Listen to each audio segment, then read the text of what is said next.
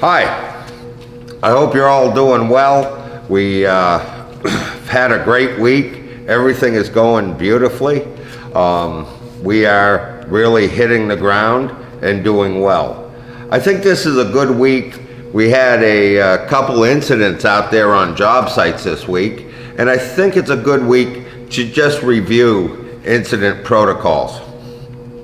I think whether it's a broken ankle, whether it's a fall into a hole, a cut with a razor blade, I think that every one of these incidents should have some sort of investigation or some sort of review.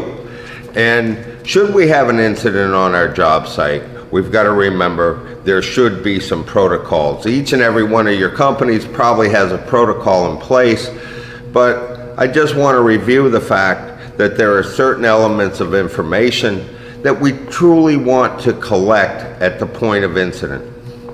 Now, if somebody just fell, somebody just tripped, that's a simple one.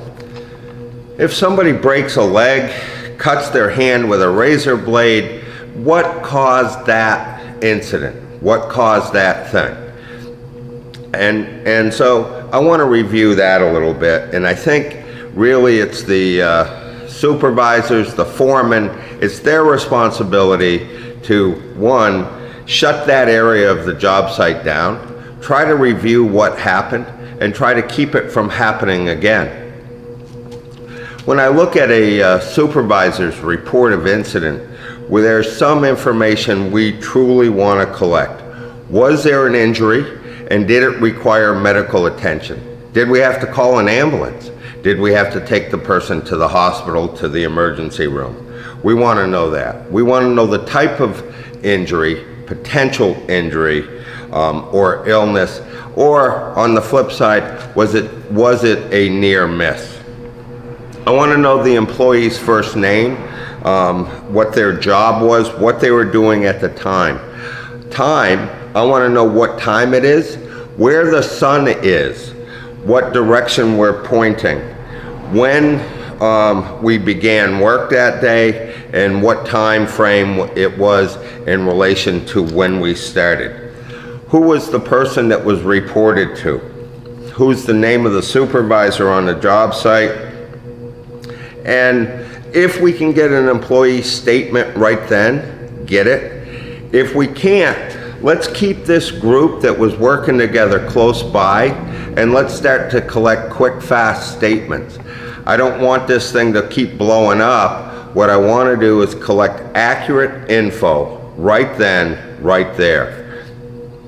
I always want to know what the employee was doing just before the incident occurred. Again, just before the incident occurred.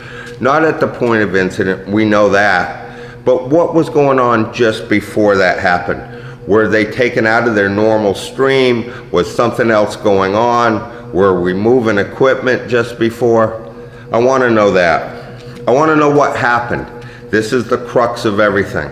How did it occur, and what actually happened during this time? Was there something in the way? Did we have something on the ground? Did the side of the hole collapse? Did we hit an electrical power line? What actually happened to cause this to occur? Were we able to provide on-site first aid?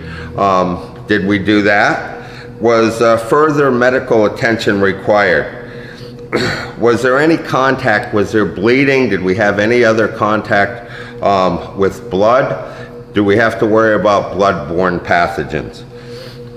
Then in the follow-up, we'll define what was the cause of the accident, and are there any immediate corrective actions that should be done. When we look at what caused the accident, was it moving machinery? Was it a hand tool, a power tool?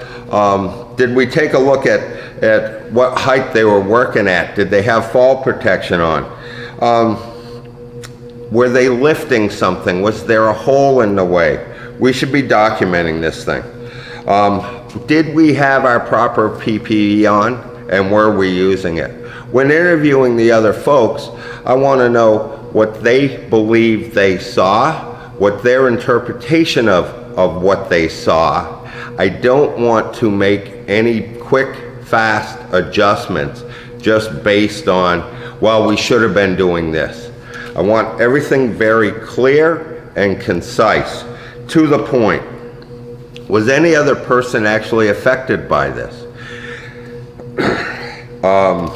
Then we want to take a look, could the injury itself affect ongoing performance? And is there a protocol we had in place to keep this injury from actually happening? I want to know the names of the witnesses, who they were, what they were doing at the time, and what their line of sight was. I'd like pictures. I'd like pictures of approximately where everybody was, what was going on at that time, and how we were dealing with it. How could this injury be prevented in the future? I want you to give me your thoughts on what we should do to keep it from happening another time. And again, how does this affect your safety plan? So when we have an incident, we really got to do some quick, fast backup, quick, fast record keeping, reporting, remembering that on the front side, your office, if this requires inpatient care, your office is going to have to do a reportable back to VOSHA. If it's not, and it doesn't require inpatient care, we've just got to do a recordable. All that information you collect at the initial stage. As soon as we've got him stabilized or her stabilized, as soon as we get them in a very good place, we can start to move to phase 2, recording witness statements and filling out some forms. If you don't have a form, we have them out there on our website. You should certainly have a supervisor's report of injury or a report of incident on site ready to go. If you don't have one, we certainly have them, and we're able to help you out with that. If something should occur and you need help, remember, we're here for you. The Associated General Contractors or Vermont Independent Electrical Contractors, we're here. All you got to do is call us.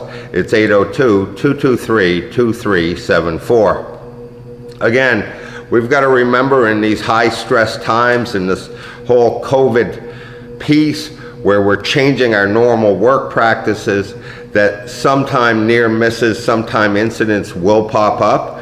We should be recording them, we should be figuring them out, and putting new safety protocols in place. And the only way to truly do that is by creating a record of each and every one of these.